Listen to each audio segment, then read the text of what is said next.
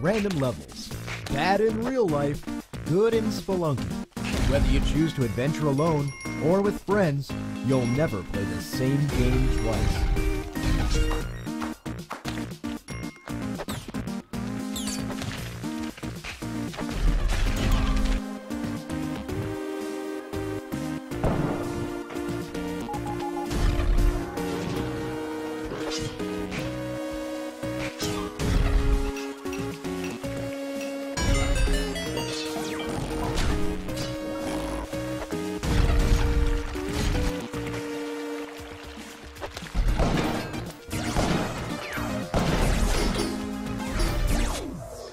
Coming to Xbox Live on July 4th.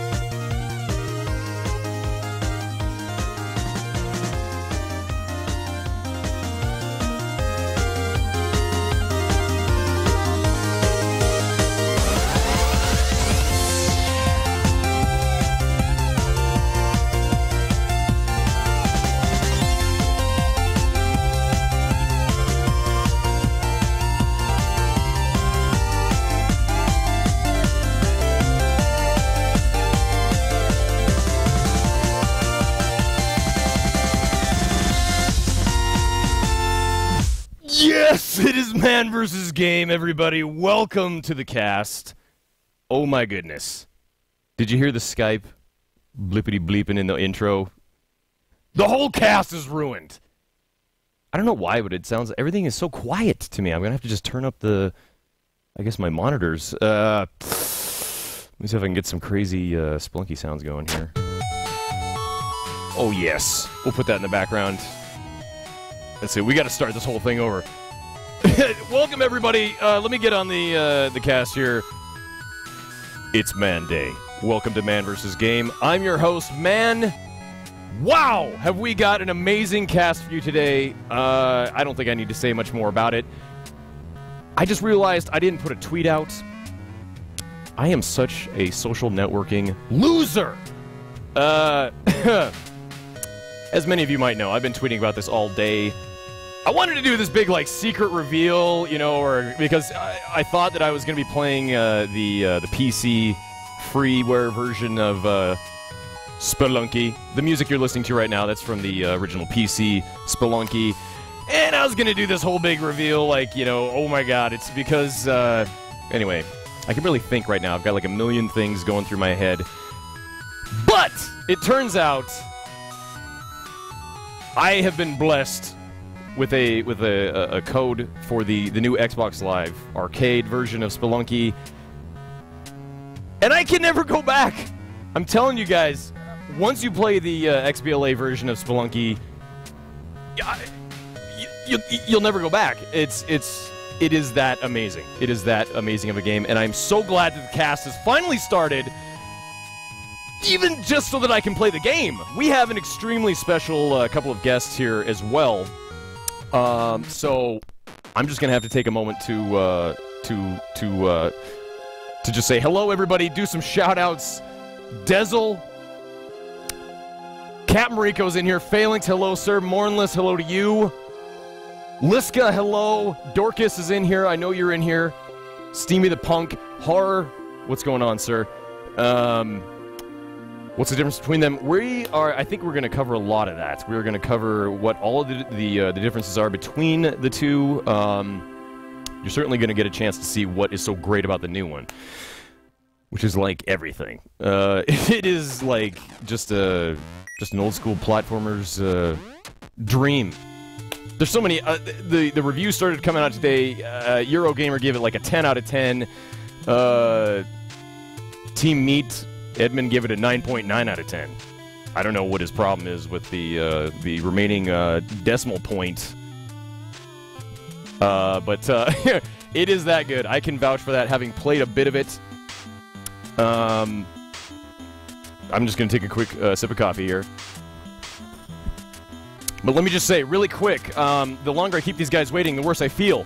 We have, waiting to join me on Skype, we have the programmers, the designers, the two guys behind the development of this game, the XBLA version of Spelunky, Andy Hull and Derek Yu are waiting to jump on Skype. So, without further ado, welcome to MANvsGAME. We're going to jump right into it. I don't even know what I'm looking for. Thank you so much, everybody, for watching. They are ready to go, so I'm going to give them a call.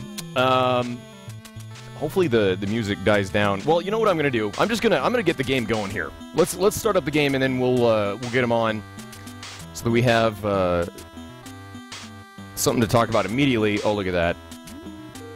Oh, and there's Andy. Look at that. He's just like, no, we're coming now.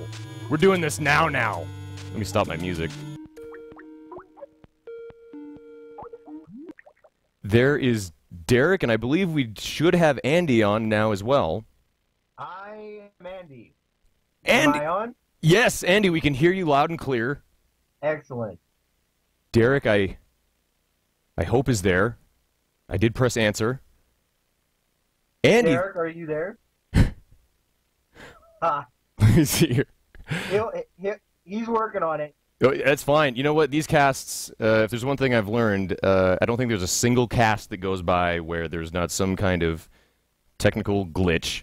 Let me turn him up here. And I think that... Oh, here we go again. Here we go.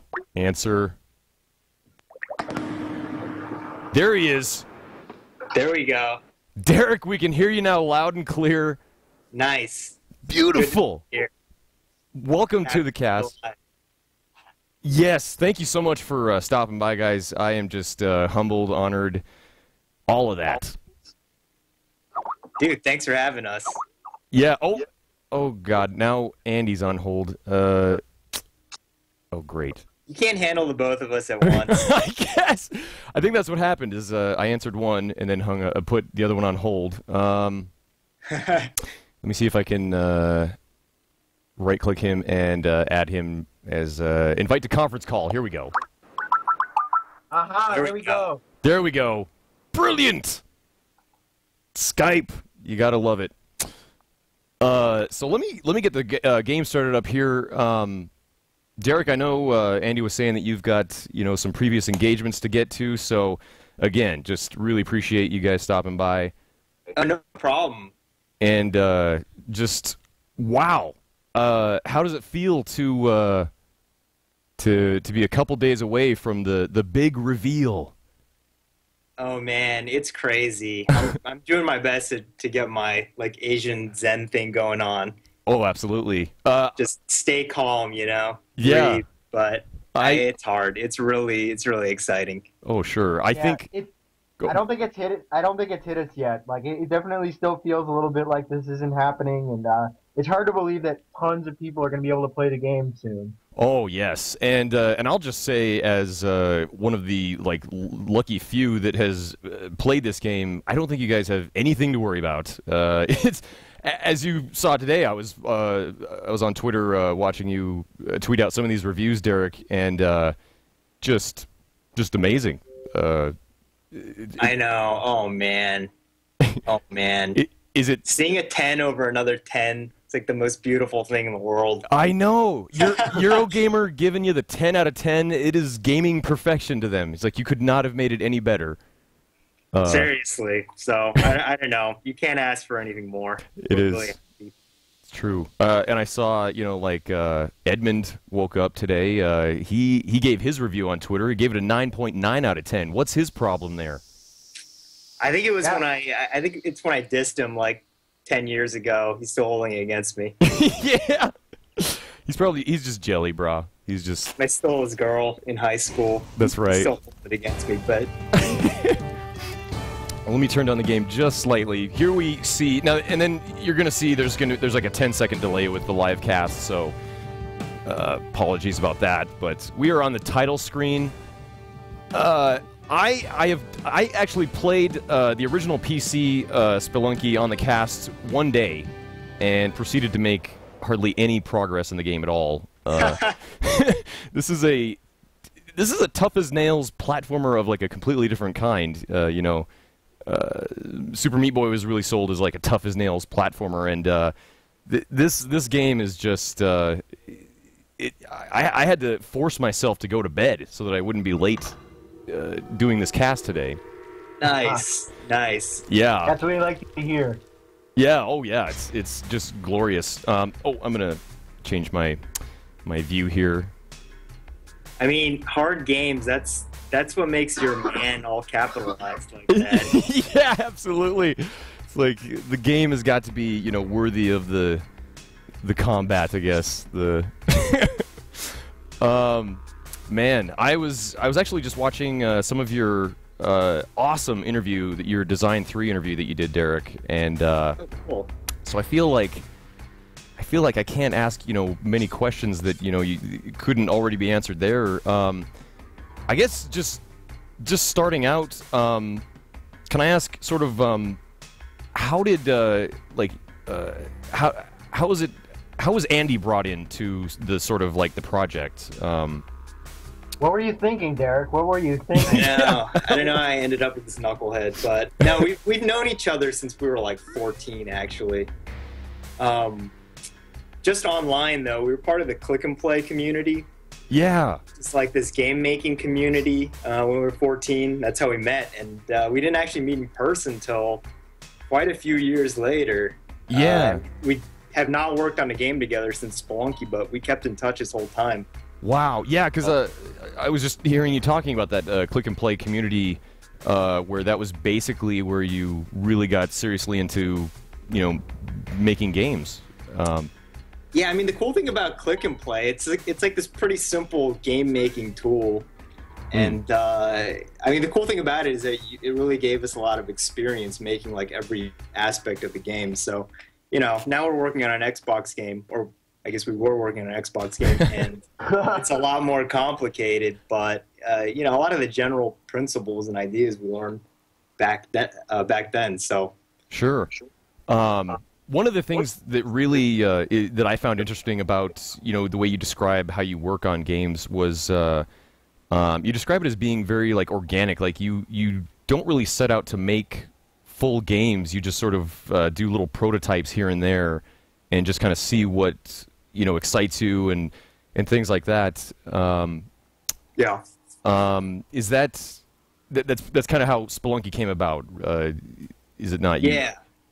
Yeah, I'd done a bunch of different little prototypes. I mean, I was just having fun, and I never expected that the game was gonna turn out like this. But yeah, I was just playing around with stuff, and you know, you have a lot of ideas, and a lot of them seem good in your head, but once you start actually working on them, they're not so great a lot of times. So, you know, for a variety of reasons, like, you know, sometimes it's just not that fun to work on. So you don't want to be doing something like that for 2 years. So you got to try things out, and when you find an idea where all the pieces fit, you go for it. But until you try it out, you're not going to know. So Sure, I can imagine.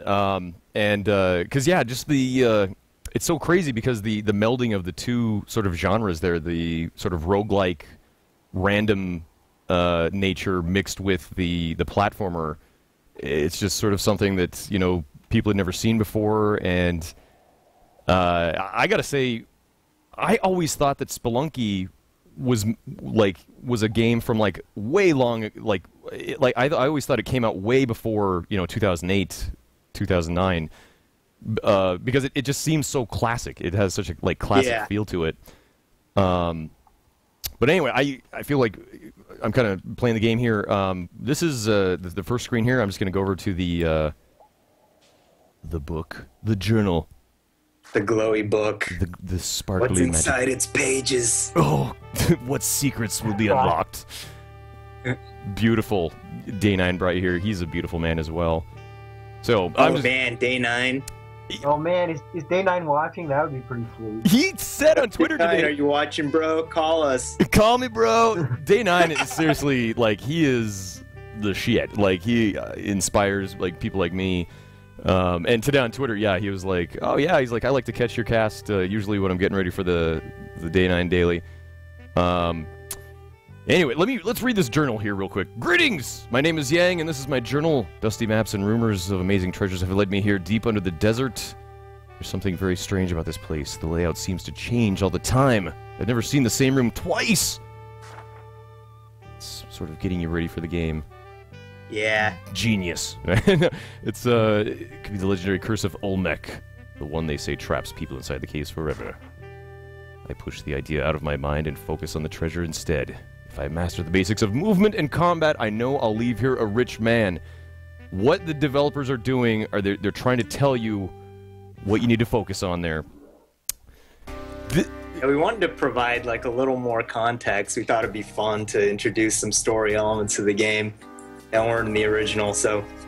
Yeah, and that really sums it up, though, with the style of platformer this is. You know, this game as a platformer is really in kind of a league all of its own, because, you know, like comparing it to Super Meat Boy, which to me is just one of the greatest platformers ever made, it is so much about, like, muscle memory and repetition, you know, learning the same layout over and over again.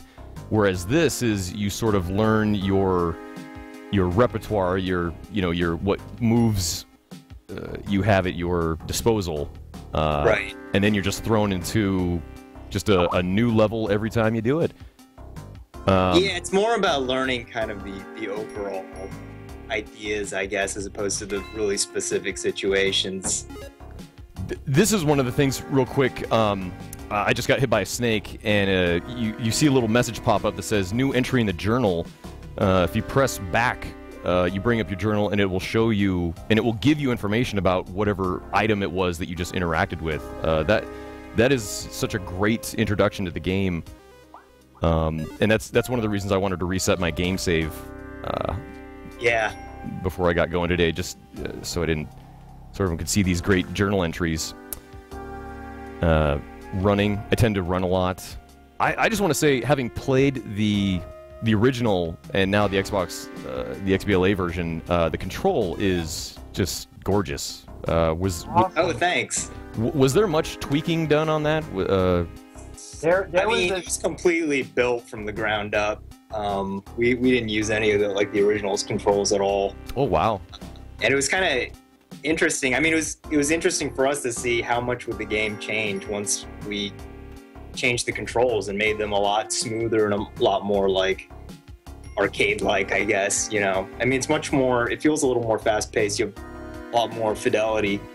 But I don't know. I think the challenges of the game and everything else got expanded with the controls, so the difficulty didn't really go down. I mean, in a lot of ways, I think it's probably harder. So it was good because I think we were worried that, you know, a lot of the difficulty from the original game may have come from the controls. You know, and I can certainly vouch for it not being any easier on Xbox Live Arcade. It is challenging, but again, it's the same. It's a game that we've been playing a lot on this cast is, you know, again, Edmund's Binding of Isaac, and it's that same thing where immediately after you die, you just want to dive right back in because of that random. It is just, it's so refreshing every time you go back into the game, and you find yourself, you know, 3 hours later, you've been, you know, trying to get past the same level. Yeah. Yeah, I mean, you know, I'm still having fun playing the game, actually. I haven't played the game since we entered certification, but up until then, I was still having a good time playing it. I mean, now I think it's a little hard to play just because all this craziness is happening, and it's a little overwhelming. But, yeah, as the programmer, I have to say, I am just terrified at every moment that something's going to go wrong still, just because, you know, you just want everything to work perfectly, and it's too tense to play right now. You did a good job. Oh God, yeah. And you both, what I found very interesting in the credits was on the game, Derek, you're listed as lead designer, with Andy as designer, and then Andy listed as lead programmer, and then Derek as programmer. Was there a lot of sort of? Did you both just kind of, was that kind of the case where you both kind of contributed to each one of those, jobs, I guess? Yeah, definitely. I mean, I think because we both, started making games in the click and play community, you're pretty much on your own in terms of doing your art, getting your sound together, doing all the, logic for the game, and it just kind of, we had developed the skills to kind of do all these things to some capacity. And I think, we definitely specialized in the areas that we were a little bit more experienced in. But at the same time, like, it was really great way to break up the work day when I could work on a little bit of art for the game, or make some sound effects for the game, and take a break from programming. Sure. Yeah, and it's just crazy, I guess, because from what I'd kind of seen in a lot of the indie developers in the scene, I'm going to go back to Edmund and Tommy like all night long, so I'm sorry for that. Please do. I'm a huge fan of their games. Yeah, those guys are great. Yeah, but you see with their dynamic, it's very much, Tommy is the programmer, Edmund is the designer. It's very cool to see that you guys both can kind of, dip into the other's, tasks a bit and kind of work off each other that way. Yeah, I think we're both much more generalists. Yeah. We both like doing art programming, so it works out that way too. Very Edmund cool. and Tommy have like a much more of a yin-yang thing going, whereas like, I don't know, a gray circle. Yeah, and I mean, whatever works, because I mean, you're both teams. You guys are making fantastic games. I mean, this game has got to be one of the greatest games I've played this year. And I just died on the tutorial. This is wow. Don't feel bad.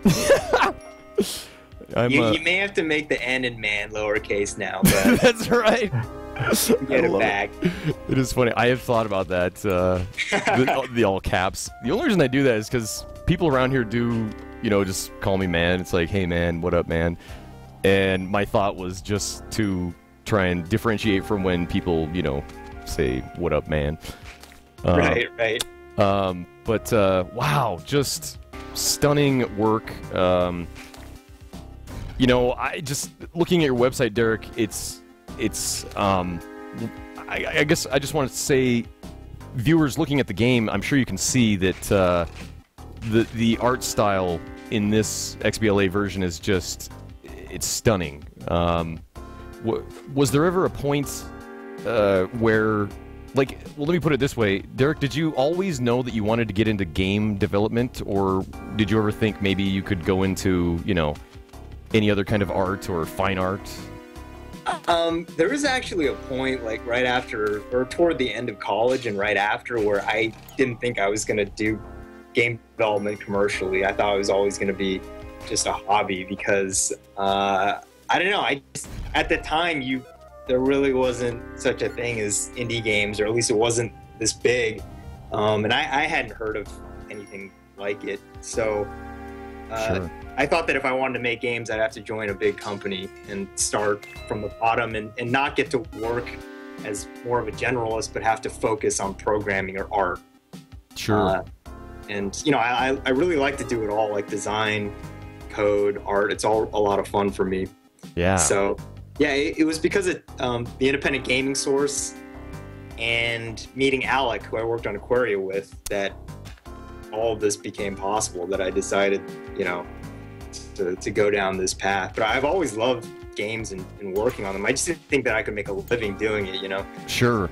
Yeah, it was kind of, because, kind of what I'd heard about is, you made Spelunky, and, that got tons of recognition and, for good reason. And it wasn't until, well, I guess this is much later, but just the way Jonathan Blow, the sort of the godfather of the indie game scene, he just sort of said, hey, you should try and get this on XBLA. He's like, kiss my ring. I did. Yeah. Just like, I paved this road for you now. It's It's John's world. We're just living in it, baby. We're all just figments of John's memories. That's right. His imagination. Just monkeys dancing for him and his. Yeah. He's. John is a super cool guy. Actually, I totally want to say, like, John, when you talk to him, he's like such a down to earth dude and just such a nice dude.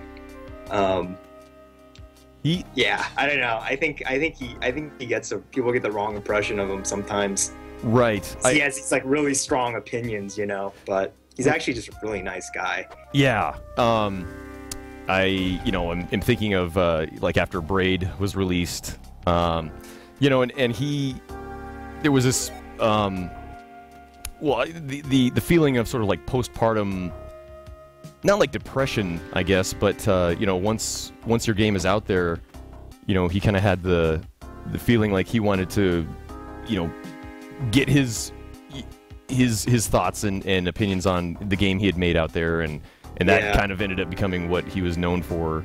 I don't know if I almost like fear him, I guess, like, because he just seems like such an intellectual, giant as far as like understanding the design of like game design and whatnot. Yeah, no, he can definitely be intimidating. Yeah. For sure. He's a really smart guy. Yeah. Still, very, very friendly on top of that. Yeah, I'm sure he's very chill. But just don't sneak up on him, because his kung fu is just gonna, go into action. He's gonna punch you through a wall. That's right. You were listening. I was looking at another. I think it was the notes from your GDC talk that you gave about Spelunky, and listed him as a gentleman, a scholar, and a kung fu master. Yeah, that was great. God, I'm just so excited you guys are on here. I am honestly playing like shit right now, but that's okay. Once you guys leave, then everything's gonna be fine. So. Oh no. Somehow I doubt that, but. Yeah. This game is seriously, viewers out there. This game is it is quite challenging, but so rewarding. And like I saw. Oh my god, I just died again on the tutorial. I saw a Super Shiggy. It's cool. It is tough to play and talk at the same time, especially when there's like a million little critters and spikes all over the place. Yes, I am so glad that you realize this, Derek. There was a question somebody wanted me to ask like a long time ago. They wanted me to ask if you had used XNA to develop the. No, we didn't. We built our engine from the ground up. Right. Okay. Yeah, and I had. I think I read. Yeah, like speaking about John Blow again, he offered to sort of allow you to use his engine from Braid. And yeah, he did. And it was actually, we actually had like a basic prototype of a game working in the Braid engine for a while, which is kind of interesting. Yeah.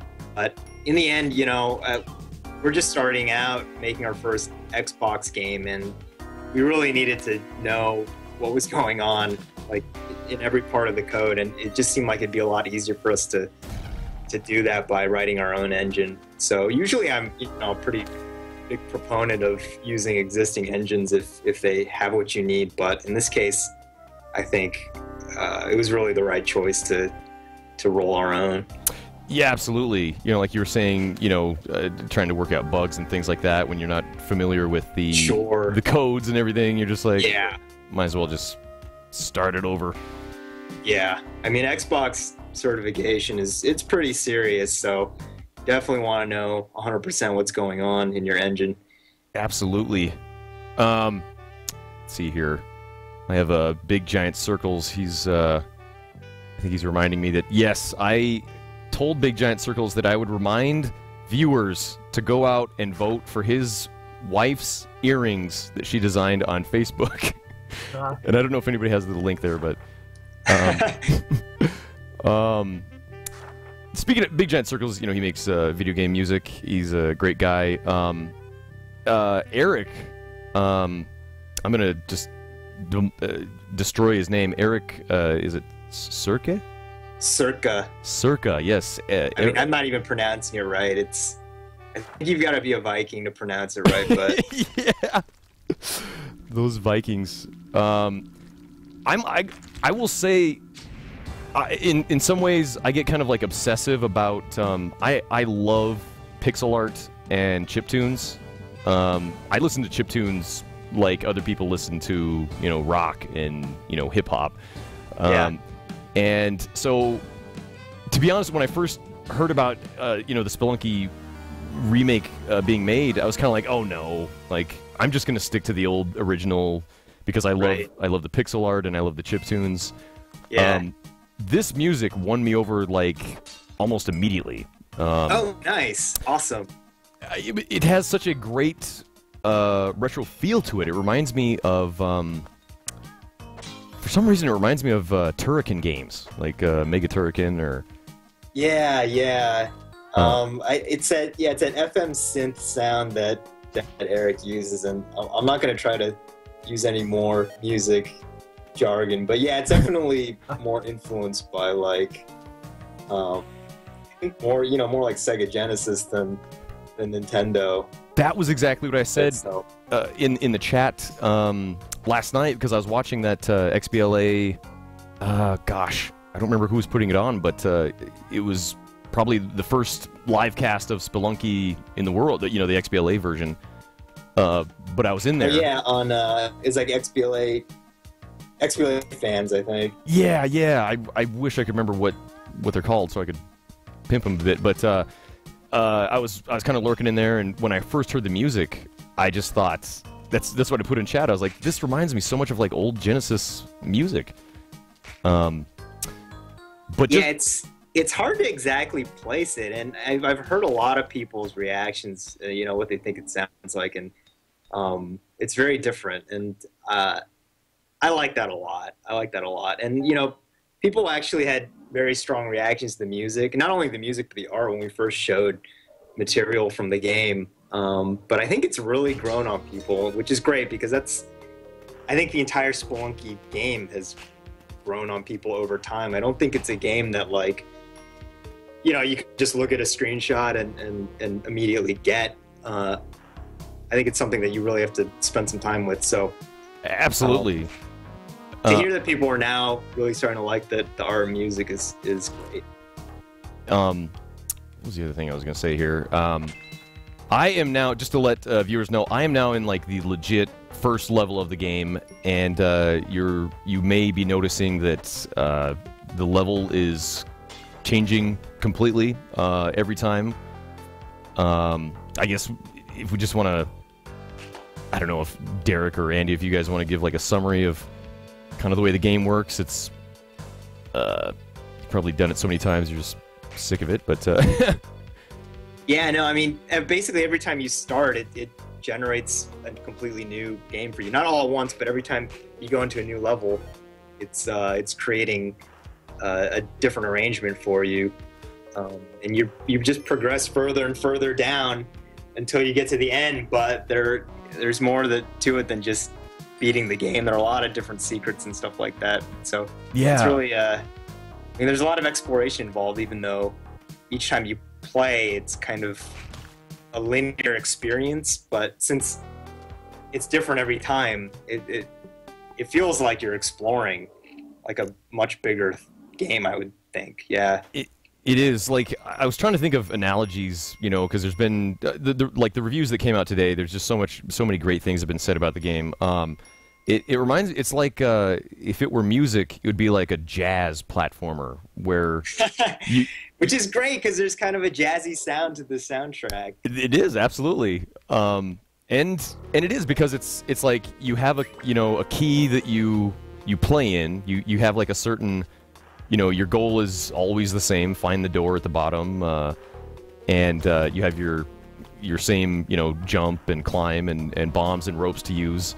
But the way you go about getting there every time is different, and it's just it it makes the game so unbelievably addictive. It's insane. Cool. Yeah, I really like the jazz analogy, actually. Yes. So Cool. that's awesome. Yeah, there you go. That's you can put that on the whatever. You can put that on the game I'll just box. get that tattooed somewhere. There you go. I made a jazz platformer. Jazz platformer. I like it. Sweet. I feel like, and every time we have like amazing guests on the cast, I always feel like I leave the chat because I usually try and interact a lot with the chat here. I would love to get some questions that people have that if they want me to ask of Andy. Yeah, I got like 10 minutes before I have to go to dinner. Yeah. So yeah, 10 minutes of questions. I'd be happy to answer. Absolutely. God, this happens every time. I sit. Should I just read? Should I just answer stuff that I'm seeing in the chat, or should I wait for you? Or... No, please do. In fact, it'd help me just concentrate on the game, and I would love to hear the answer to some of these questions. Yeah, I think everyone wants to know whether it's coming out on PC. Yes. I think it's pretty likely, but we don't have any definite plans right now. Nice. Can't wait for that. And then someone else asked if Microsoft rushed us, and no, actually, our producer Kevin Hathaway, who was like the person our main connection to Microsoft. He was our main connection to Microsoft. He actually told us to take our time with the game, which is why it took 2.5 years. But hey. No, they didn't rush us, and I feel like everything that we wanted to get into the game, we did. So. Absolutely. I think, and it's so cool to hear that they are, very open like that, letting you guys just take your time with the game. Oh, I see. Yeah. I see a question here. Will there be DLC? Yeah, there will be. I was going to say, because in the game, there's an area where you can go in to download DLC right from that first menu, which is awesome. So what I've done here is I use the quick restart, and you'll find yourself using that a lot. Yeah, that's definitely a nice feature of the game.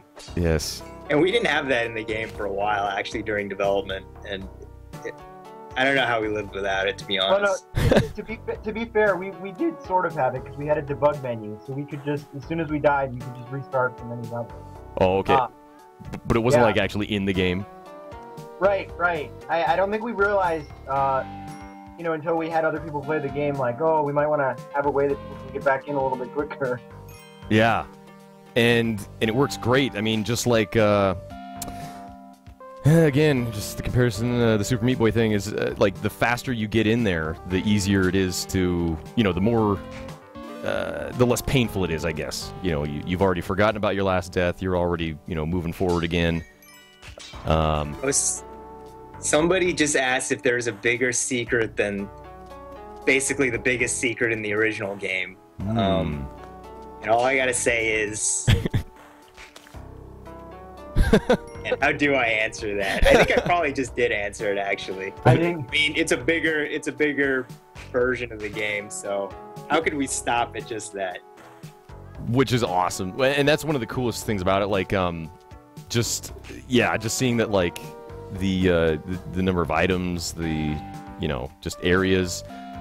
Another aspect of the game, just to talk about real quick, because I know you got to go, Derek. The local multiplayer deathmatch modes, even those are fun as hell. I was playing some of those with a bunch of bots. And did you always know that you kind of wanted to add that in, or? We knew we wanted to add multiplayer, and I don't remember exactly when Deathmatch came up, but we kind of just put it in, and it was fun, so we kept it. Yeah, it works. I can't remember when or where I read it, but people comparing it to like a Bomberman kind of thing. I can definitely feel that. It's crazy. Like a lot of the times, especially. Yeah, I love frantic multiplayer games you can play with your friends, sitting side by side. Absolutely. And I don't know if anyone on the chat remembers this game because it's kind of obscure, but there's this old game on PS1 called Poi Poi. And Bomberman's definitely a more well-known game, but Poi Poi was friggin' crazy. And yeah, I think that probably influenced me a little bit when designing the deathmatch for Spelunky. I don't know. It's this crazy game where you're like running around and you're just chucking all kinds of stuff at each other. And, yeah. I recognize the name. Oh, there's somebody bunny paw. I love Poi Poi. Beautiful. And so and as you can see, the levels are designed. The game just has such a quick pace to it. You know, it's just nonstop action. You don't want to be hanging around a whole lot. You know, exploring these random levels. You know, looking into every nook and cranny because, as you just saw, you start getting chills up your spine. Yeah, I think when you first start playing, it's definitely like seems like a really tight amount of time. But once you get better, you can explore the levels pretty thoroughly before the ghost comes. But absolutely, I was you know, it's funny. I was all ready to chastise you guys for like, you know, strengthening, you know, gaming stereotypes with the damsel in distress, and then I went to the option, you know, menu, and I love how you can choose from different types of damsels in this game.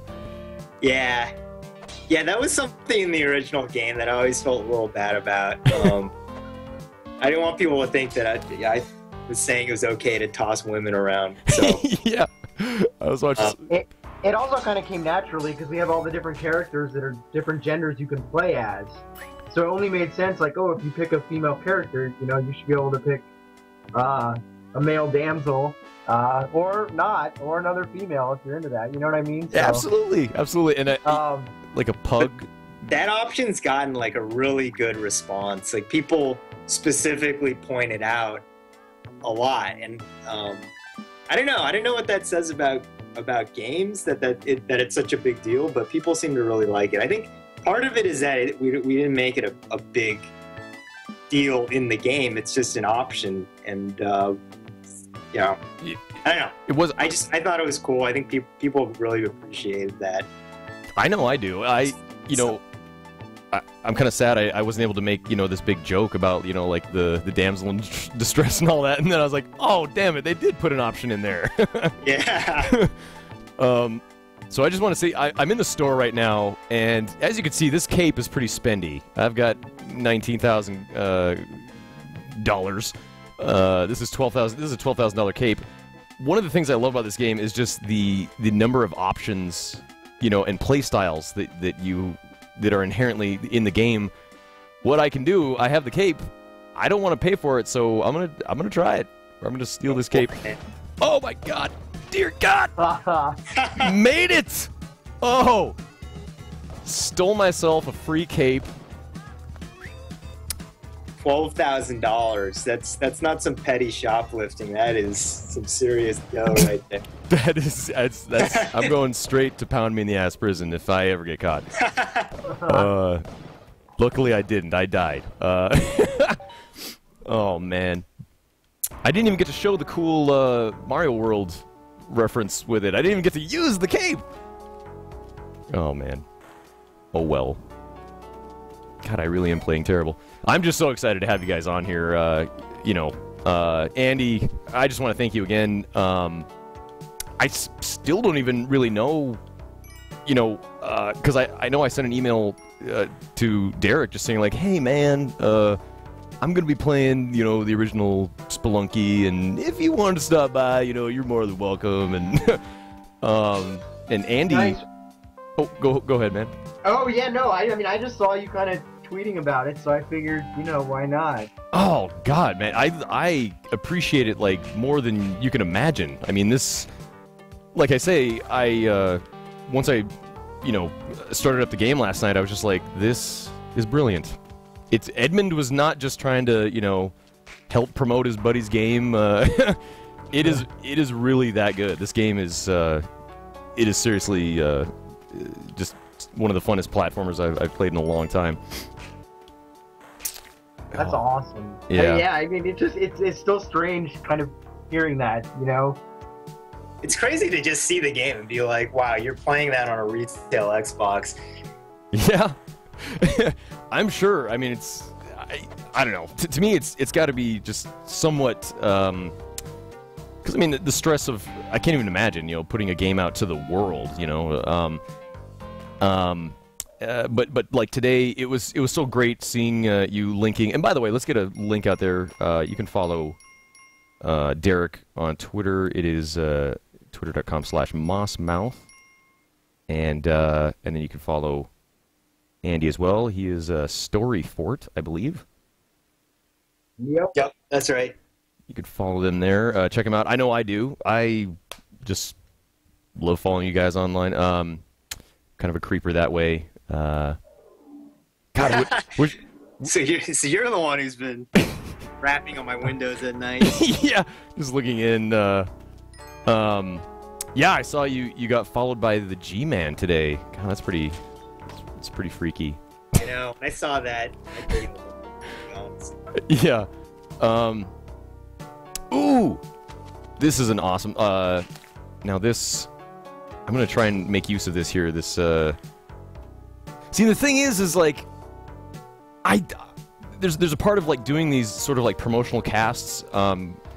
It's like I want to, share the just show how awesome the game is, but at the same time, as a gamer, I fully appreciate how cool it is to just discover these things on your own. Yeah.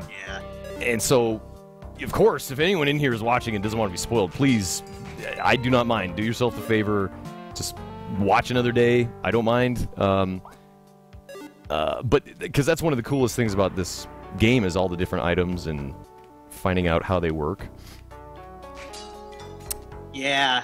Thankfully, I don't think you're going to be able to uncover even 5% of the secrets in the game. I'm gonna put that out there. He says as I die. Well, and it's so true. I tweeted out, anyone worried about like major spoilers, do not worry, because what you're getting from this cast and me playing this game is really kind of a newcomer's. I am not the expert, Spelunky speedrunner from the PC game. I really am still trying to like figure out how some of these items work, and it is just, again, that's just what is so fun about it. Finding like a camera, or God, what was another item that I found the other night? Oh, the teleportation device. Yeah. Oh, That's man. an underrated item, I feel like. Oh. That is a dangerous item, though, Derek. Yeah, well, I don't know how you could call it underrated, because it's, oh man, just being able to go through walls, conserve those bombs. It's, Yeah, I think when most people pick it up, and the first thing they do is just hit the button and they just teleport into a wall or something, so they can get scared of it. But once you start to figure out how it works and stuff, it's pretty cool. Yeah, it's just fantastic. God,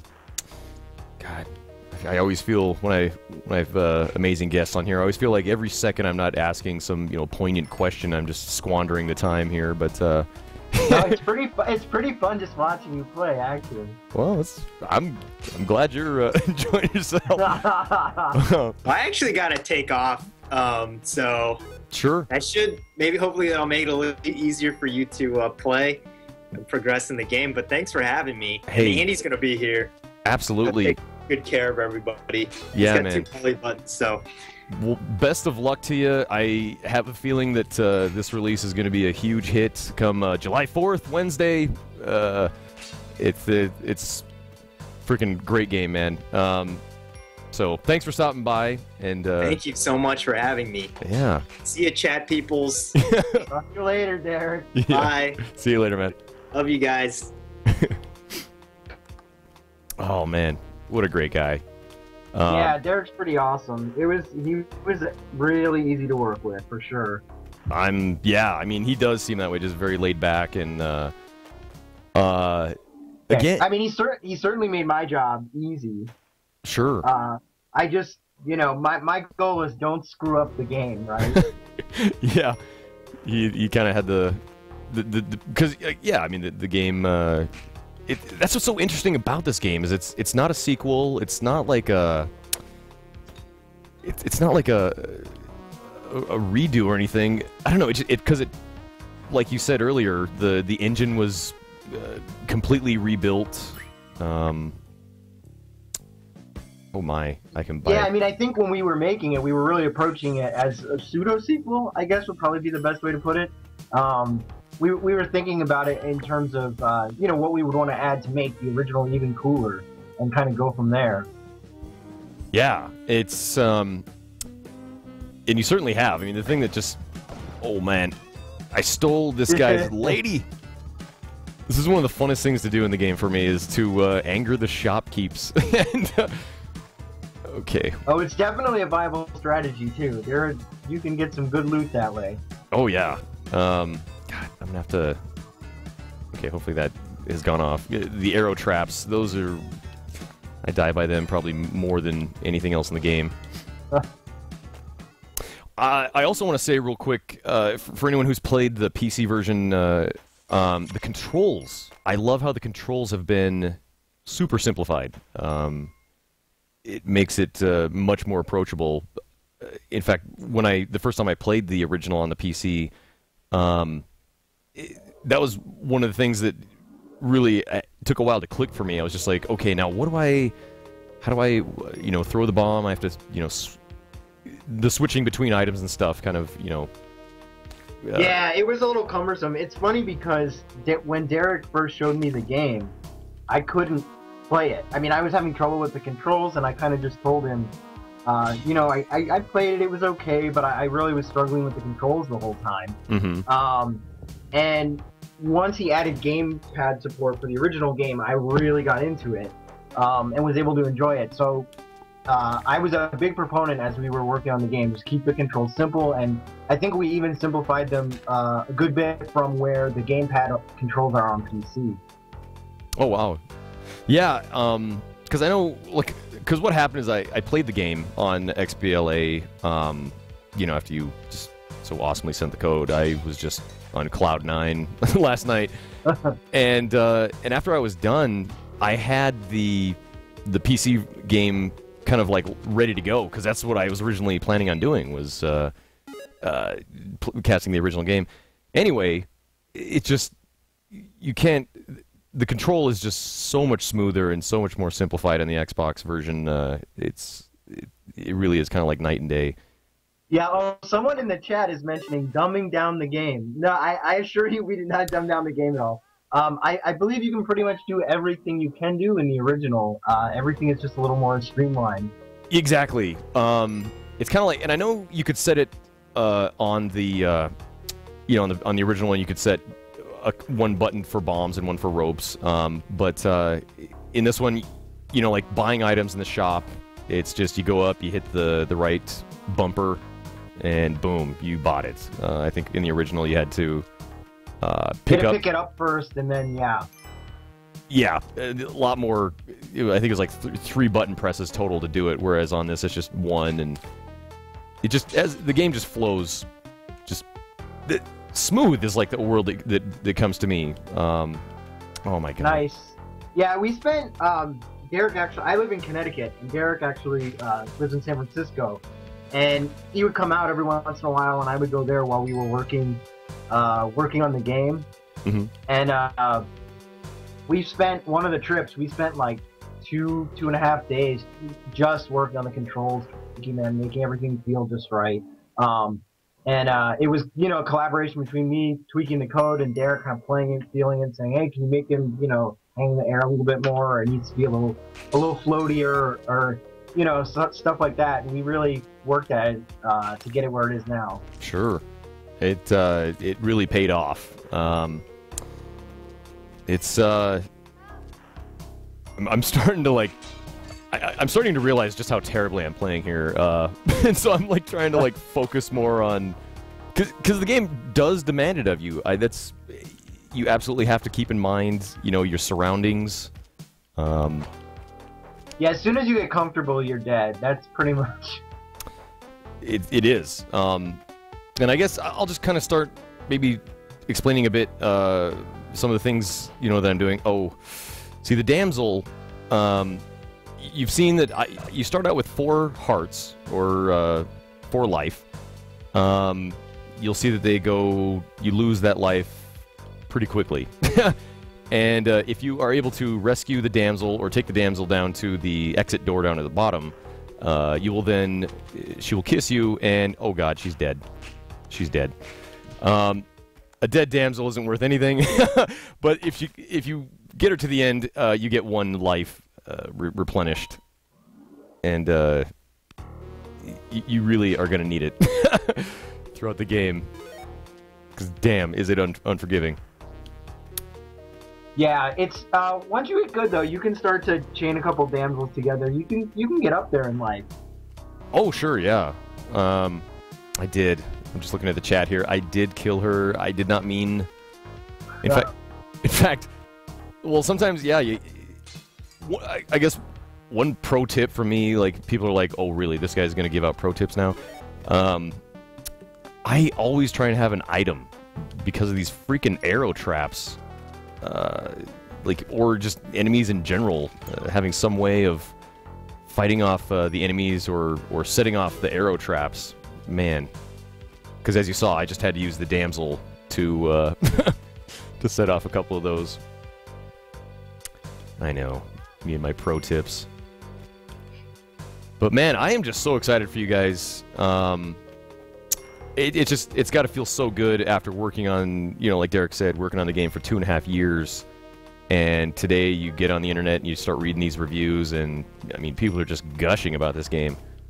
Yeah, it definitely feels pretty rewarding. I think my wife is happier than I am because we're finally going to get to go on a vacation at this point. There you go. Do you have any locales that you're seeking out, or you just know that you're going to get away? We originally wanted to go to Colorado, but apparently the entire state is on fire. So yes. That's probably not going to be our destination now. We were looking into maybe going to Quebec. Oh. So, never been, but I heard it's beautiful, and we kind of want to do something, you know, with hiking and a place where we can go biking, canoeing, stuff like that. Very cool. This is one of the cool things in the game here. I love how you can carry items from one floor to the next. It's such a rare thing that because usually in games, you know, it's almost like an understood thing since the days of old classic gaming, is that items do not leave levels, and whereas in this one, if you carry a rock out, it will be with you in the next area. Yeah, I mean, and like you were saying before, I mean, it is a huge advantage to pick up something. It doesn't matter what it is, just always have something with you, because it'll get you out of jams. Definitely. I'm just choking on my coffee over here. Oh, no worries. I saw... Oh, so someone was asking... Oh, boy. Oh, I'm not going to be able to find it. And I was... Yeah. Oh, go ahead. I was just going to say, if you see something in the chat that catches your eye, please feel free. I am starving the chat today. Usually I try and interact much, much more, but again, just when you've got, indie game royalty on the Skype, you're just like, I gotta... Oh, that is totally not me, though. I feel so out of place. Like, we had that Verge article that talked about the whole game, and, you know, they're quoting Derek and John and Edmund and Tommy and then me. So I kind of feel like, yeah, a little out of my league there. Dude, I feel like if you had any part to play in a game this, you know, it's polished. I mean, this game is polished to a sheen, and like I said, I am so glad the cast finally started just so I could play it again. Oh damn it! I just left my key up there. You're in. I think you've been inducted into the indie scene, whatever, royalty. Yeah, I don't know if it's an official club, but it is. I mean, it is cool. It is definitely a cool thing, and yeah, I mean, but as far as the polish goes, honestly, a lot of that is just time. There's no genius behind it. It's just taking the time to make sure everything is just right. Sure. And again, it's so cool to hear that Microsoft was open to just sort of allowing you guys to do that. Oh man, the jetpack. Oh, nice. I haven't seen you get it quite yet. We're a little behind, but... Yeah, and that's one of the dumb things about doing Skype calls on live casts. The person on Skype is always at this terrible disadvantage because you're always like a 10-second delay or so. If I can escape with this jetpack, I'm made, folks. Here we go. Oh! Shotgun in the back, and I'm dead. Oh, man. I tried, guys. Yeah, the jetpack, as I understand it, is quite the OP item, for reasons you can probably imagine. Yeah, I think it's pretty easily still the best item in the game. Not only is it extremely useful, it is very difficult to kill yourself with it, which is not true of some of the other items. Which I love. I love that so many of the items have like this, they're just almost like a liability in and of themselves. Well, it's interesting because in multiplayer, I mean, in single player, the shotgun is amazing. It will just let you take out anything. In multiplayer, the shotgun is a much, much more dangerous weapon because it is very difficult to not end up killing your friends. Yeah. You know what's crazy? I just realized tonight that you can pick up the rats. You can. They don't actually do damage to monsters, but you can trigger events and stuff with them. That is so awesome. I think I tried to pick them up. I tried to pick up one the other night, and I was like, oh, that must just be, flavor, in the levels. But nope. Tonight I tried it again, and there you go. You can actually use them to, yes, as Andy put it, trigger events. I gotta say, man, I loved. I follow C418 on Twitter as well. I don't know why. No, I'm just kidding. But he was making his lame Spelunky developer joke, I guess. Went something like, excuse me, are you Derek? No, I'm Derek you. And, like, you totally blew his joke out of the water with your own. What was it again? Oh, I just said, have you heard about the programmer on Spelunky? I hear he's a real a-hole. Which, to be fair, though, I mean, I had years of taunting in middle school over that, so it wasn't very hard to come up with. Yes, I actually just died laughing, and this, hopefully everyone heard that, because, saying the programmer is a real a-hole. Do you guys get it? Hopefully you do. Anyway. Oh, so someone is asking actually about, is there still a freeze distance in the game? So in the original Game Maker game, if an entity like a monster or item was a certain distance from being on screen, it would actually turn itself off.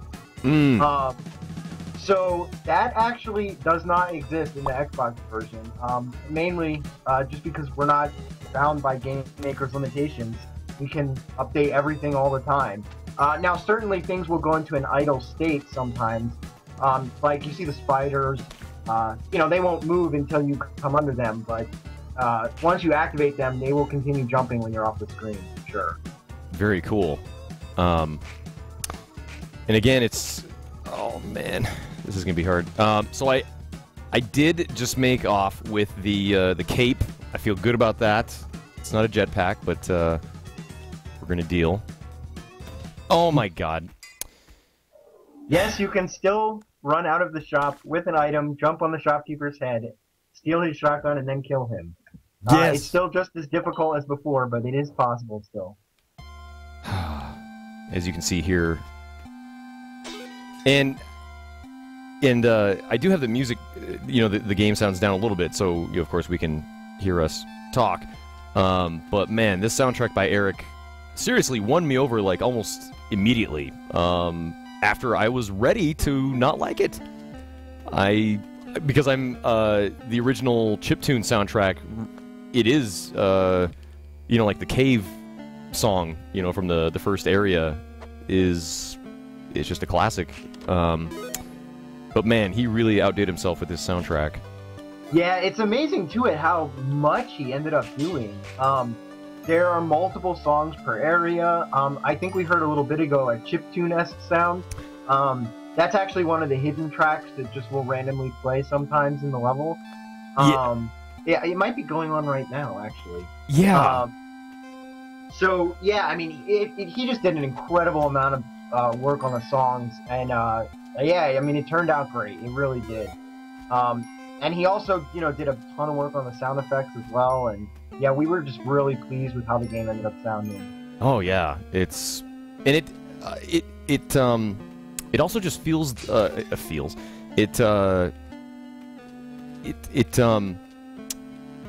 it just works so well with the look and the feel of the game, which unfortunately I didn't get a chance to talk with Derek about much, but I was also ready to not like the visual change either, because like I was saying, I get kind of obsessive about pixel art and chiptunes being, you know, redone for newer versions, and I mean, the visuals I think just speak for themselves.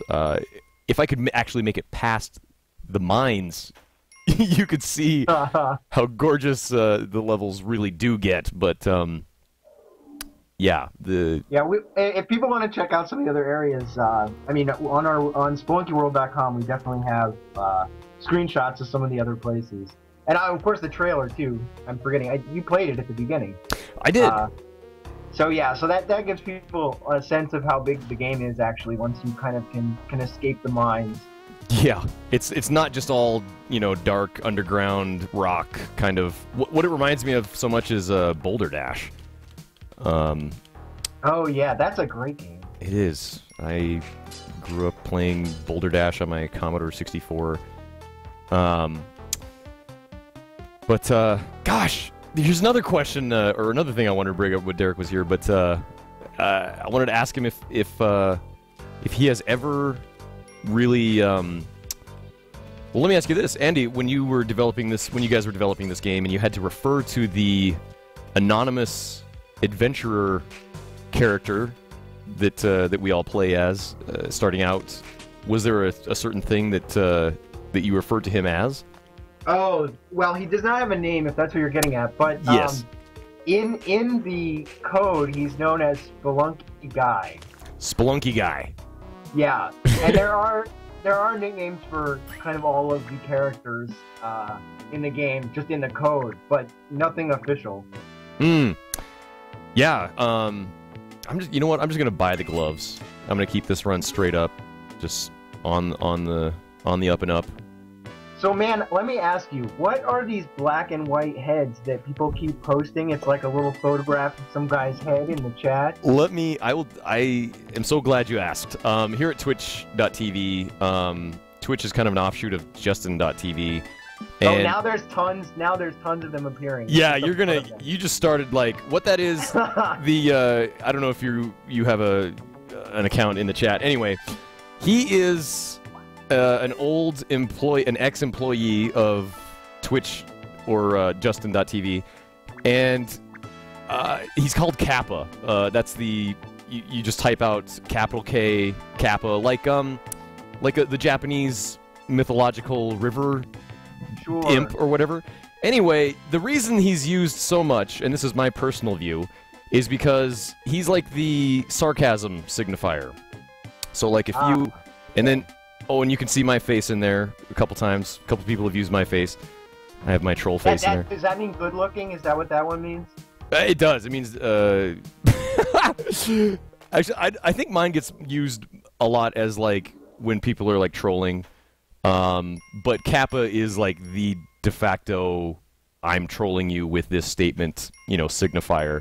So, yeah, and there they go. They just go crazy. Awesome. This is the magic of live game casts. So, but yeah, that's it's definitely, you know, like I have. In fact, let me grab this really quick. I'm gonna go full screen real quick. I want to grab something here to show you how much of an icon it's become. Well, let's see here. God, listen to that music. Okay. There are Kappa stickers that I actually have. I got these when I was down in San Francisco for GDC, but I still haven't done anything with those. But that's a clearer look at his face, I guess, too, if you want to see. I think it just looks good. He looks so smug. He just looks like some guy. You just want to punch him in the face. Oh, yeah, I can see that. Smug bastard. Anyway. That's nice, though. Nice that I got the high-resolution version. There you go. Yep. So, anyway. Hopefully I'm back in my corner. There we go. That's one thing I still don't have on doing this is a nice monitor. So I'm usually... The only monitor I have is my own cast. On the internet. So I have my 10-second delay as well. Oh, so someone on the chat actually was asking earlier about the leaderboards. Oh, yes! So there are high score leaderboards and there are fastest time leaderboards. You only can make entries on the leaderboards if you're playing single player. So multiplayer games are excluded just because it's a little bit easier to get higher scores with a bigger group. But with the fastest time, you actually have to beat the game from the first level, starting at the first level for your time to qualify. Whereas the highest score is just wherever you start, you can use a shortcut or whatever, and then whoever has the highest score will be the highest on the board. Now, and I'm kind of trying to go through these here, but I just saw some little clamhead in the chat going by the name of K-Pulv. Probably some wannabe loser. Can't actually play the games. He's just got to develop them. Kyle Pulver trying to call me out. You. He is. Where are you at? Where are you at, Kyle? I want to know where he's at. I can feel the Pulver. He's 14. Is he 14? Get the freak out of here. Ooh. 14. Oh man. See, but I'm sure he's one of these indie, elite darlings now. He thinks he's so cool because he got his Offspring Fling available now on Steam. Kyle's gonna be happy. He's getting his plug. Yeah, I don't even know why. I've already spent too much time talking about this guy. K-Pulv, what a loser. Okay, so he got to 2-1, and he got $72,000. That is nothing. All right.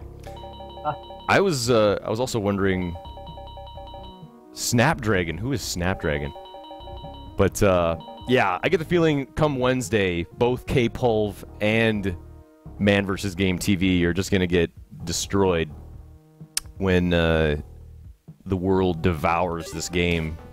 Yeah, I think there's some pretty elite players of the original that might do some pretty good destruction on the leaderboards. Exactly. Oh yeah, I'm gonna be ranked 100,000 plus when the game comes out for real. Yeah, it's pretty bad. Somebody asked if the ghost still creates diamonds out of gems, and yes, it does. So there actually is a benefit to leaving the ghost hanging around. Spoiler alert. If you can lure the ghost to pass through gems, they will turn to diamonds. Oh wow, that is good to know. Cause it's good for high scores. It's very dangerous though. Because this competition, at first, it was just about getting to the end of the game, like beating the game. That's what I do here, MANvsGAME. I try and beat the games, but now I just need to get as much gold and dollars as I can to beat Kyle Pulver's score on this on the leaderboards. And that's going to help greatly, Andy. I appreciate that. The ghost trick. Oh, Kyle is asking what version of Multimedia Fusion did we make the game with? It's an unreleased version, Kyle. I have a special relationship with Click Team. And for those of you wondering, that's the developers of Click and Play, the software that Derek and I used when we were younger. Yeah, which is so funny. Again, I was watching, and again, Derek wasn't able to stick around for too long. I know he had previous engagements, and again, just appreciate any time he spent coming by my humble little cast. But there's a Design 3 interview with Derek Yu. If you just Google Design 3 Derek Yu. It's a fantastic interview if you want to get into his background as a game developer. And when he was talking about getting into the click and play development, and how he put his first game that he made, I think it was called like Trigger Happy or something, and he released that on AOL. Yeah. Just shows like how it was just like a totally different world back then. Oh, it was dial-up all the way. Yep. And you've got mail. Oh, turn around. See, I've always called this guy. I guess I knew him. I called him. I thought of him as Spelunky because of Super Meat Boy. Him being an unlockable on Super Meat Boy on the XBLA Meat Boy game. Oh yeah. Yeah, I think Edmund just chose that name because he didn't know what else to call him, and we didn't have any suggestions. Yeah, it's like, well, sure. I like some of the other names. I guess I've heard. Oh, great! I just got a dark level. All right. So, for anyone unfamiliar with the game, it will throw these kinds of curveballs at you. Oh, and I have no idea what that is. I killed it! Scarab, a flying insect made of pure gold that's worshipped in some cultures. Sweet. Now if I could just find my torch, we're going to be back in business. This is bad. Can I take this torch? No, I cannot.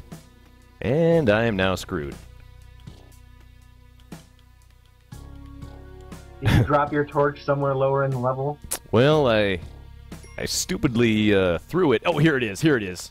I threw it at a scarab to kill him. I thought that'd be a good idea. Oh, damn it. Right now, Kyle is just dying inside. He's laughing his ass off. Listen here, brother. Kyle, he's a friend of the cast, I guess we'll call him. Great guy. He was on here before. Indiana, that's exactly it. I love the name Indy. I thought that was a great name for him. But I do, I'm all about having him just be like an anonymous, sort of.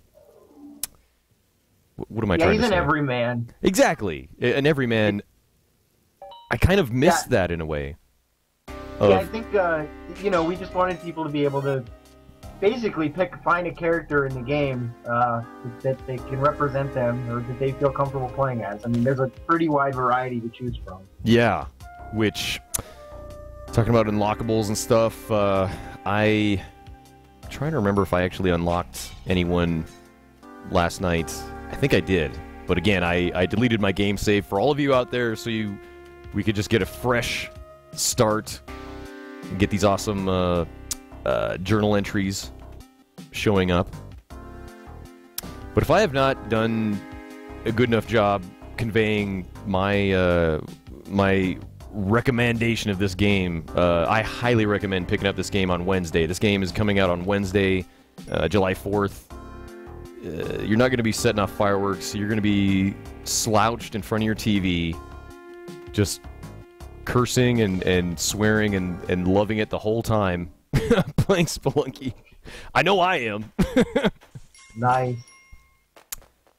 I don't know if I'm gonna be able to play it yet on the 4th. I'm still too nervous to play. So, but at some point I will gather the courage to play on a retail Xbox.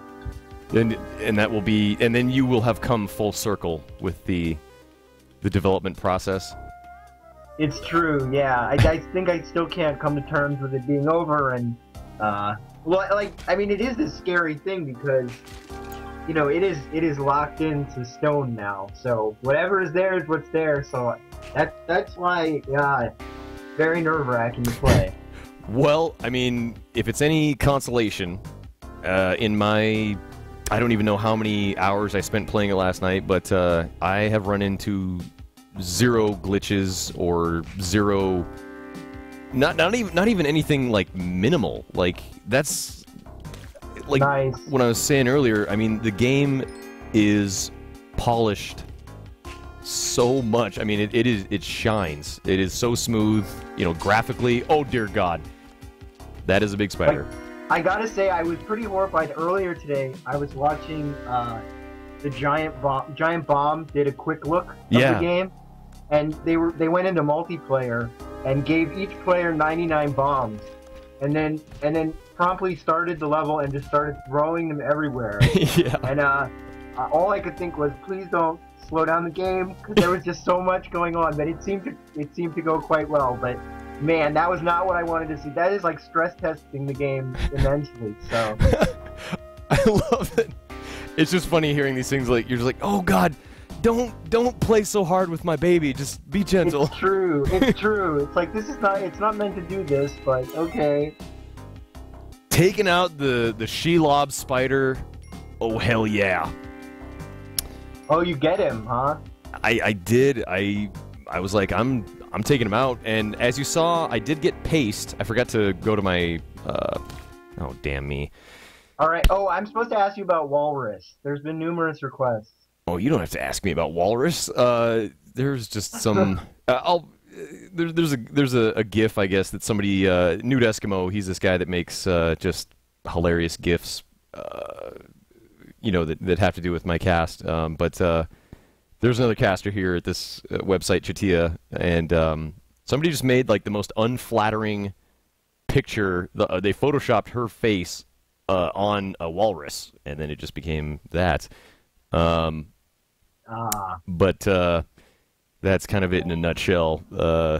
There's just tons of little mini memes. You know how that internet is. People just yeah. Gosh, yeah. It's I'm just always like just like when Kyle when it was announced that he got Offspring Fling on Steam, I just feel so happy for you guys. Like, just reading the reviews today of the game, especially after having played it, because I'm just like, yes, it's so true. Like, it is. I would agree with Eurogamer's 10 out of 10. It's right. Awesome. It's just it is. We were worried. I mean, I think the concern was that would people get it? Would people, obviously many people like the original PC version, but on the console crowd, would people still be able to get into a game like this? Because it is very different than a lot of stuff that's out there. Sure, and I think it's like different good. I am just so glad that there are guys like Derek Yu and you and just a lot of the indie guys that are kind of keeping these classic game styles alive. Because these big AAA, game development companies, it just always seems to be, in my personal opinion, so much more emphasis on the sizzle. It's like the cinematic has to be perfect, and then maybe the gameplay, if it works okay, then that's good too. But it's and that's being a little too harsh on the industry, I think, as a whole. But in general, these days I tend to play just a ton of indie games because there's not a lot of extra fat on a lot of indie games, just because we don't have the resources to add a lot of stuff anyway. Yeah, so you just tend to get really pure gameplay, I think. It's funny because my friend, I gave an early copy to one of my old coworkers, and I was talking to him on the phone right before I came on, and he was saying he loves it because whether he has 5 minutes or 2 hours to play Spelunky, you can get some kind of experience in any amount of time. Yeah, and I totally get that. It's I think I saw there was one guy who has beaten the full run of the levels on the leaderboards so far. I'm talking about XBLA version.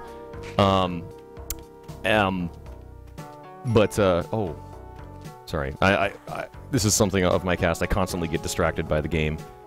But yeah, it's even just playing through to the end of the game. I think it took the guy like 28 minutes or like 30 minutes or so.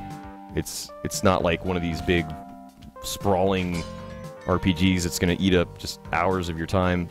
It is. This game is going to eat up hours of your time, but in a totally different way. in just little bite-sized pieces, I guess. Yeah. Yeah, I mean, we even have the achievement for, I think it's beating the game in 8 minutes or less, so, you know, it is possible to fly through it pretty quickly. Yeah, which I'm sure, well, never mind. I was going to discuss tactics to achieving that, but we'll do, that's for later. We'll save that for later. Don't die. That's the tactic. That is the pro tip. Oh, snap. I love this feature. I love how you get a Polaroid into what happens after your dead corpse is, you know, sitting there in the cave. Right now, I'm just getting pummeled by snake. I fell into the snake pit. It's terrible. Rabbit, what is going on, man? I need to get on Skype with you, man. So Dan Fessler is actually, I know him. He's asking if did I manage to fix those pixels? So we basically had it was in an earlier version of the game where the graphics were getting slightly blurred when I was drawing into the screen. They weren't appearing quite pixel perfect. I was able to fix that, so everything appears exactly as Derek painted it now.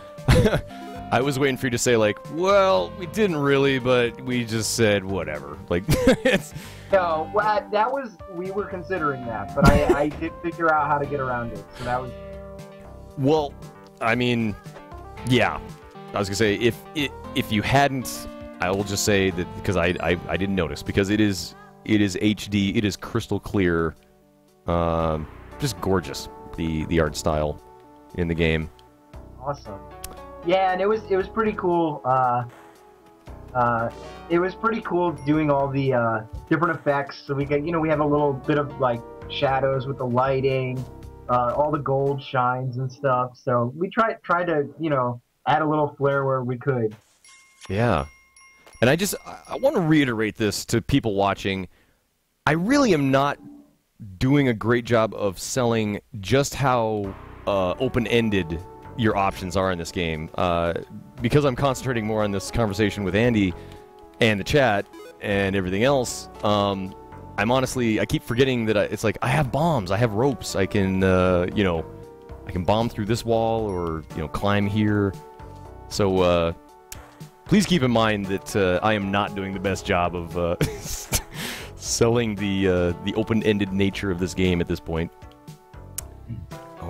Somebody else, they've asked a couple times, I think, about the soundtrack, and Eric is planning on putting out a soundtrack for the, I guess, an OST or whatever they're called. Yeah. So he'll be putting that out at some point. I think he's hard at work on that right now. Sweet. Yeah, I tried hitting him up on Twitter. And I think, if this is wrong, please forgive me, but I think he just joined Twitter. He doesn't seem to be as completely and totally addicted to Twitter as I am. I think it's twitter.com/Strachey. I think that's right. Yeah, he just signed up, so I'm not... That is him. I'm not really sure. Yep, that is indeed him, and... What his most recent tweet? Well, he retweeted another Spelunky World tweet, but then before that he says, "Holy shit, Spelunky reviews!" So he's probably pleased as punch. Oh man, do you know? Today, I guess, like perusing the reviews, did you read any that were just like, "This game is, I don't understand this game at all." Like, oh, you're starting to start controversy. There were a couple of reviews that were, there was one, it was the Game Informer review was actually quite funny because, even just the title was, it said like, here it is, Spelunky Review, an addictive indie platformer, blemished by randomness. What? Which is hilarious, because, that's kind of the entire point of the game, is that it's random, so I'm not sure what they were expecting, but it was certainly a little bit strange. I think the biggest complaint that we've seen, and honestly it hasn't been that big, is kind of just the difficulty. We don't shy away from making the game pretty hard, so... Yeah, I don't know if you guys can tell, I'm not like trying to die over here, but yeah, I'm going to get controversial. I'm going to say, well, that's Game Informer for you. That is so funny that like they would choose, like you said, like, oh damn it, like the core. Yeah, it's a key selling feature, and that's what they're complaining about. So I don't know. Yeah, God. But as someone said though, they did give it an 8.0. So I mean, it was a very favorable review. At least the random didn't, make it too undesirable. Yeah. What was I going to say? Oh, another thing. See, this is all I'm going to do all cast now. Is I'm going to be like, oh, I wanted to ask Derek this. What I wanted, because I was able to ask, Edmund was on here the other day, and I was able to ask him his thoughts on Diablo 3, another game that's all about, random gameplay.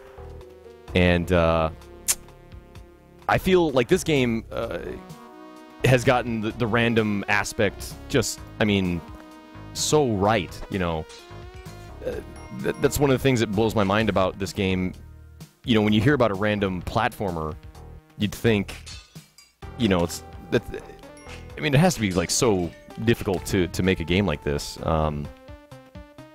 Otherwise, where you would just end up where, like, if it just randomly, made the whole level, all blocks, and there's you can't even like run anywhere, right. that kind of thing. Yeah, it definitely, we had to start with that framework of the rooms and stuff just to get a path through the level that we knew would work, and then, you can kind of have some harder to access areas, and then it makes sense. And I think Derek was mentioning before too, with the bombs and the ropes, even if we generate something that's a little, hard to navigate, you should still be able to use those tools to get past it. Yeah. I was, I was reading today as well the sort of method behind how the levels are randomly generated and everything. And it's just incredible. I will say personally, just going back to the Diablo 3 thing, there's just some aspects of like the randomness in that game that it's almost like too random. Like that's one of my criticisms of the game is the loot is so random that you end up with like 90% of the loot you find in the game is just pretty much useless. Yeah, Derek and I have actually been playing quite a bit of Diablo to distract us from the fact that the game is coming out. That's awesome. And yeah, the items in Diablo 3, they're almost indistinguishable from each other. You just get so many mediocre items, and nothing feels special because they're all just so similar. It's like exactly plus 85 dexterity, and something else will give you plus 87, but you get less strength or something. It's not really interesting decisions. It's just kind of like number crunching, which is not that fun. That's exactly what I was kind of getting at, is that everything is so random, and you put it perfectly, like, the items they just become like indistinguishable, from each other. And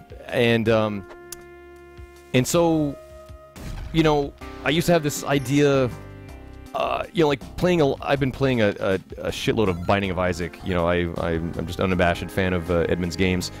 And, I had it in my head before Diablo 3 kind of came out. I was like, man, randomness in games just makes it better. It's like the more random, the better. And it's really not true. It's, oh my God. Yeah, I want some sort of structure. If the game was completely random, wouldn't be a game, probably. Yeah, yeah. It would just be a mess. But, one of the big things that Derek talked about when we were adding new things to the game was that everything we added had to add something new, like some very interesting new interaction to the game. Mm-hmm.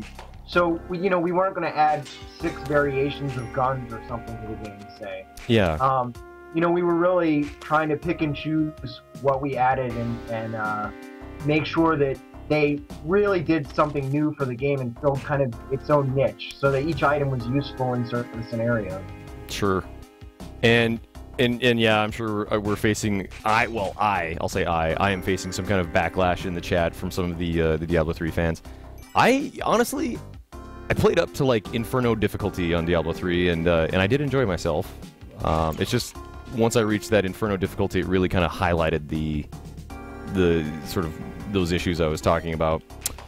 But yeah, the game does a nice job of kind of rewarding you and keeping the challenge level at a nice pace until you get to Inferno, and then it's just nuts. Yeah, you just have to farm. I mean, you have to just kill monsters over and over just to try to get slightly better stuff so you can get a little bit farther. It started to make it, just a grind, and I wasn't interested anymore. You and I are on exactly the same page on that. What class were you? I was a barbarian. I had Coleman the barbarian, and he's just kind of stuck in Inferno right now. And I went back, I went back to it. The last time I went back to Diablo 3, I was kind of sitting there and I was like, I'm gonna play a different game. I really don't have the urge to play the game. So yeah. Anyway. Yeah, my monk has been idle for a little bit now. Yeah, and it is what it is. I'm sure Blizzard. I'm sure they're working on it. Now I'll go back to it. If they tweak it or something like that. But anyway, the whole reason I brought it up, and I just wanted to ask Derek's opinion. So it's cool that you guys have been playing it. And you know what his thoughts are on it. It's randomness, but in a way they just kind of didn't get it. Oh, damn it. Drop my rock. Alright, guys. Should I... Oh! Finally got an idol to show up. Oh, God, I love these things. Oh, man. You gotta prepare before you try and snag one of these things. Oh, God. Here we go. Ooh, yeah! Uh-oh. We've unleashed a terrorist. Oh my god, and now there's spiders jumping up from this hole in the floor.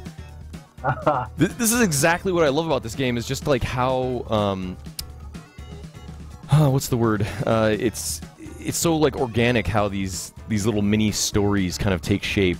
It's like you steal an idol head and the head rolls off and the boulder comes out and creates just all kinds of carnage.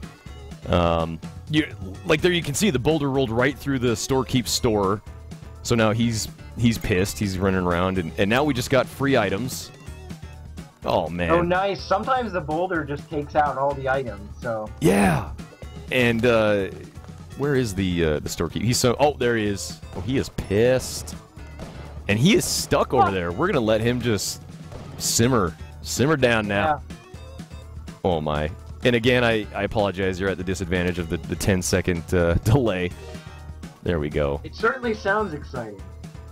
Yeah. I'll give you the play-by-play. Oh, we're grabbing the key, going on up. I'm going to try and find this chest. Because one thing is for certain. We need to beat Kyle Pulver's score. This cast will not end until that score is beaten. Oh, he is pissed. Better be careful about that. How did he suddenly just put his Air Jordans on and like jumped just high enough to shoot me in the back? Oh. Oh. Dat shopkeep. Oh, yeah, I just saw that. Yeah.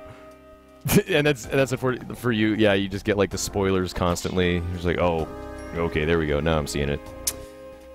Shot me in the face and neck region. Yes. I want to thank you guys all for coming out today and joining me. After I played this game last night, I was like, I want to, spread the good word, spread the Spelunky. Oh, damn it. What's the word I'm trying to think of? Ooh. Spelunky love. Love. Huzzah. Oh, man. So are you, will you be streaming it at other points then as well? I hope to. I really do. I mean, see, the thing I feel right now is that before the game comes out, I don't want to sit here and, like, because I feel like I'm, like, rubbing it in people's faces, It's like, look at me, I'm playing the game before you. But, and again, I don't want to, like, spoil, too many secrets and stuff, so it was cool, that Derek was like, oh, I'm not worried about him spoiling secrets in one cast. Yeah. But absolutely, I mean, I hope to play this game a lot on the cast. Yeah, it's just been one of the most gratifying things has been just watching people play the game, actually. and just seeing people have fun with it. So Yeah, I can't remember if I said it. No, I said it in the email to Derek. I was telling him that I got a chance to play at GDC. I played it for like 5 minutes, and I remember now. Eric was actually standing behind me. He's kind of he's a tall fellow. he's a giant young man. He's a giant. And just again, Eric is the guy. He's does he have like an official handle that he goes by, or is he just Eric Circa?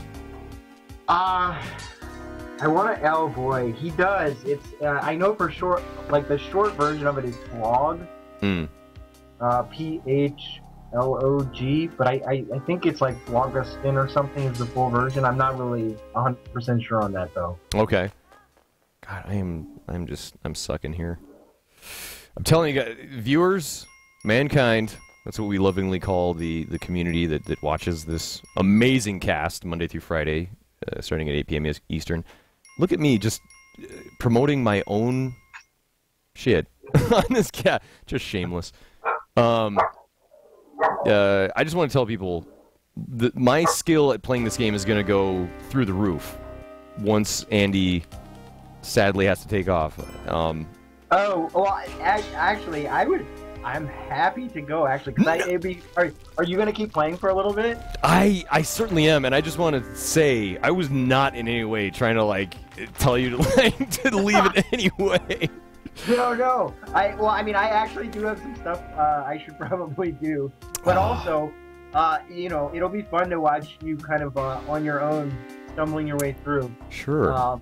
Well, I can certainly do that. I just want to say again, reiterate again, I was trying to make excuses as to why I'm sucking so bad. But man, I guess if and feel free, like I was saying on Skype, it is incredibly freeform here. I just kind of go until I run out of steam or until the game is beaten some nights. So, I mean, if you feel like jumping back on and telling me... Yeah, well, I will, yeah, I mean, I'll see how it goes. I'll definitely keep it on and watch as I get some stuff done, and if you're doing particularly well, I might come back to congratulate you. or troll me if I'm doing particularly bad. I'll try to be nice. That's all right. I'm very used to it by now, doing what I do here. It's basically trolling 24/7. Cool. But anyway, let me just thank you again. Congratulations on making a stupendous video game that I'm sure is going to go down in the annals of history as one of the best platformers ever made, man. And that's have I. Is that I don't know what to say, but thank you. Yeah, no, that's awesome. I mean, one can only hope, right? It's already there. I don't know, to me, like, yeah, when a site like Eurogamer gives you a 10 out of 10, I think it's... And I agree. It's fantastic. So, Andy Hull, ladies and gentlemen, lead programmer / designer of Spelunky on XBLA.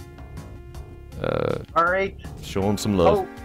And so I'll get going, but if anybody has any questions, yeah, I'm Storyport on Twitter, and I also have a Formspring. It's just Andy Hull on Formspring. If you want to ask me any more questions that I didn't get to in the chat. Sweet. So, I just put your Twitter link in the chat there, so make sure to follow him on there and Springform. And I don't know your Springform link. If you want to drop it in there, that's cool. But I don't even think I can. Oh, that's right. You don't have an account. What is it now? It's Springform. I think it's like formspring.me/Andy Hull. Formspring, of course. Listen to me, Formspring. There's my PR lady telling me what an idiot I am. Formspring.com/Andy. There, somebody got it on there. Oh, Cran, thank you so much. There's just too much going on right now. All right. Awesome. Man. Well, good luck with the game, and thanks for having me on. Thank you so much, man. Have a wonderful evening, and take care. Later. See ya. Oh, man. Jingo Joe, I'll just get to it. I have played the original Spelunky, and I sucked at that one as well, in case you're wondering. Unbelievable. Let me grab... And now, here's where you're going to see the skills just skyrocket. Kyle right now should be just shaking in his boots. Look at that. Damsel in the door she goes. Oh, God.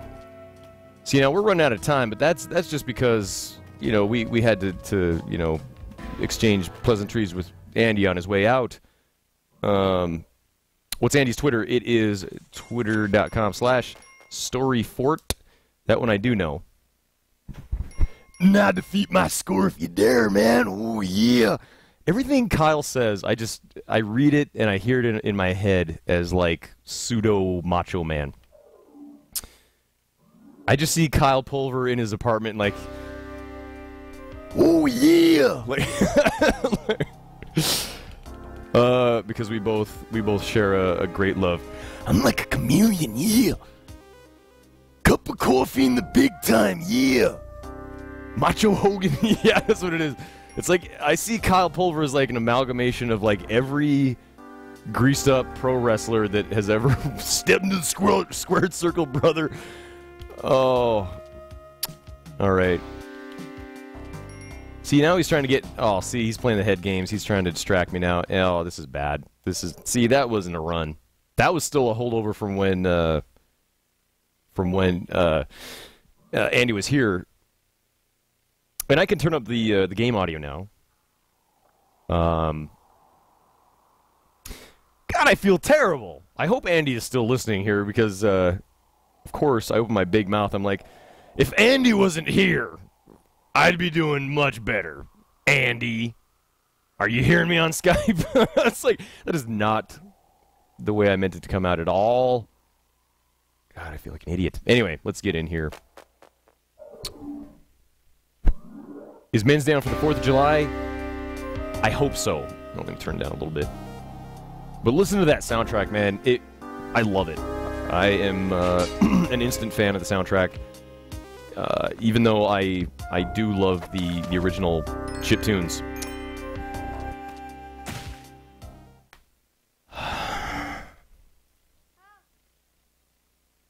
Just need a cup of coffee. That's all I need.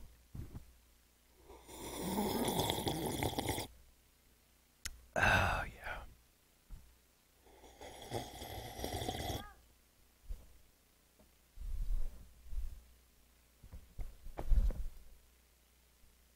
Bullshit. Skill? Pro mode engaged. Okay, so that was a little... Whatever, that's nothing. Doesn't matter. Total death 20. Doesn't matter. Doesn't deserve the man can. That's right. I should turn it off. Now, I hope you guys are seeing, though, the style of gameplay. It's just one of those, like, you know, Super Meat Boy. It's one of those games that you have got to be ready to die. You know, Dark Souls. I love games like this, where dying is inherently, you know, it's part of the process of progressing through the game. And when I say dying, I mean dying a lot. Look at that. Shot in the face with an arrow. Nothing even worth going over there for. We're going to put a bomb here, because you can see there's gold in the rocks there that you can then snag. I'm playing quite recklessly. This is, it takes roguelike, oh, there's that lady. It does take roguelike aspects, mostly the permadeath and the random dungeon generation, if you want to call them dungeon generation. The random level generation is amazing. But then that's just what's so brilliant about this game is how it mixes those elements of the roguelike with a platformer with incredibly tight controls. That's what I can't emphasize enough on like the XBLA version versus the old PC freeware version. this game comes out on Wednesday, folks. If you would like to try out, if you'd like to play the original, you can actually go to spelunkyworld.com and download the original. I'm just gonna say right now, the XBLA version is very much the better of the two. There we go. Phalanx, thank you so much for the link. The controls, they've really tightened up those controls on level 3. And, oh god. I'm not buying anything, because I want to say, this is now a matter of getting on that leaderboard. Damn it! Excuse me, not getting on the leaderboard, getting above Kyle on the leaderboard.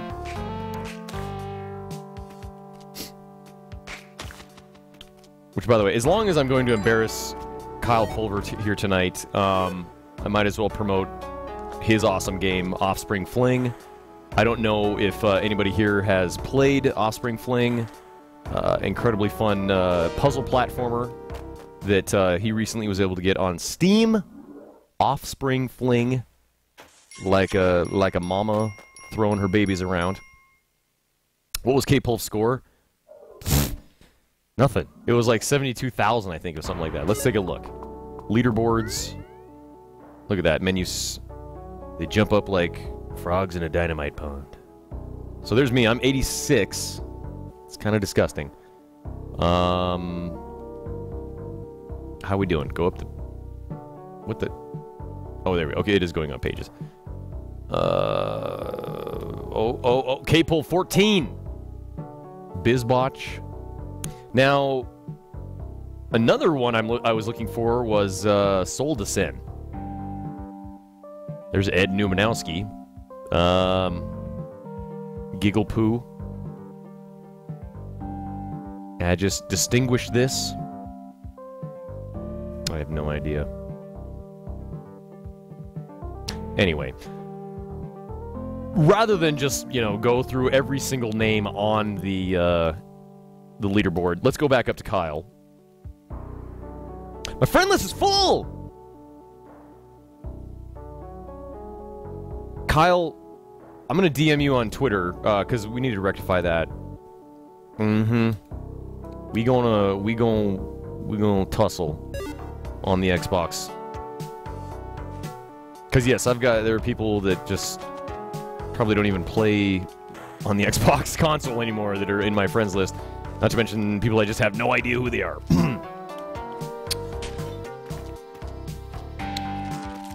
God, this music is gorgeous.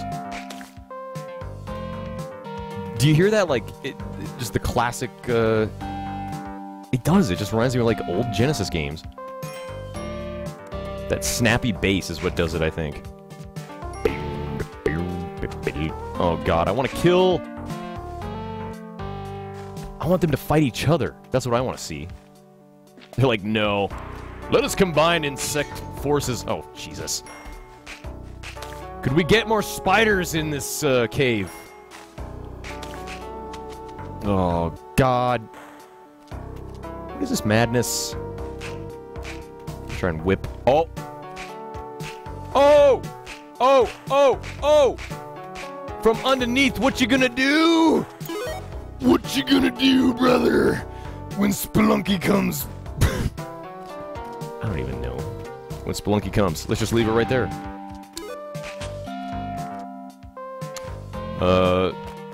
It's done. Tonathan. Hello, darling. Ladies and gentlemen, Conway Twitty. Hello, darling. Nice to see you.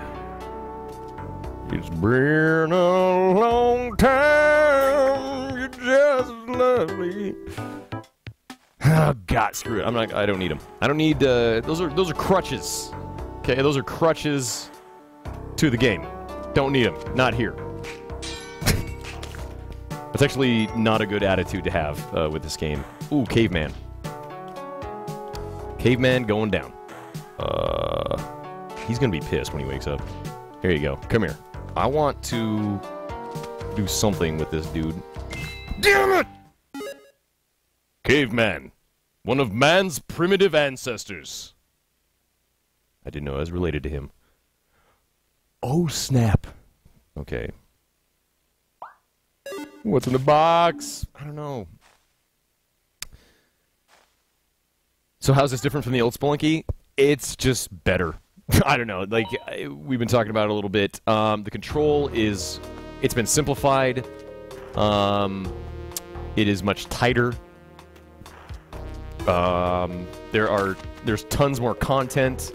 Enemies, items... but the core game and the difficulty, I can assure you, have not been dumbed down whatsoever. When I talk about the controls being simplified, it's a good... They've been streamlined. They've been... they're a lot more elegant. Ugh. Okay. And I was kind of like that. I love pixel art. I love pixel art, and I love chiptune. But I'm telling you, this game, once you sit down and play it, if you're a fan of the original, this game will win you over. For me, it was like immediately, because like I had the audacity to tell Derek, I was ready to hate his remake of Spelunky, because I also love pixel art and old-time, 8-bit, 16-bit style design. Won me over almost immediately. I was just like, this is gorgeous. I love it.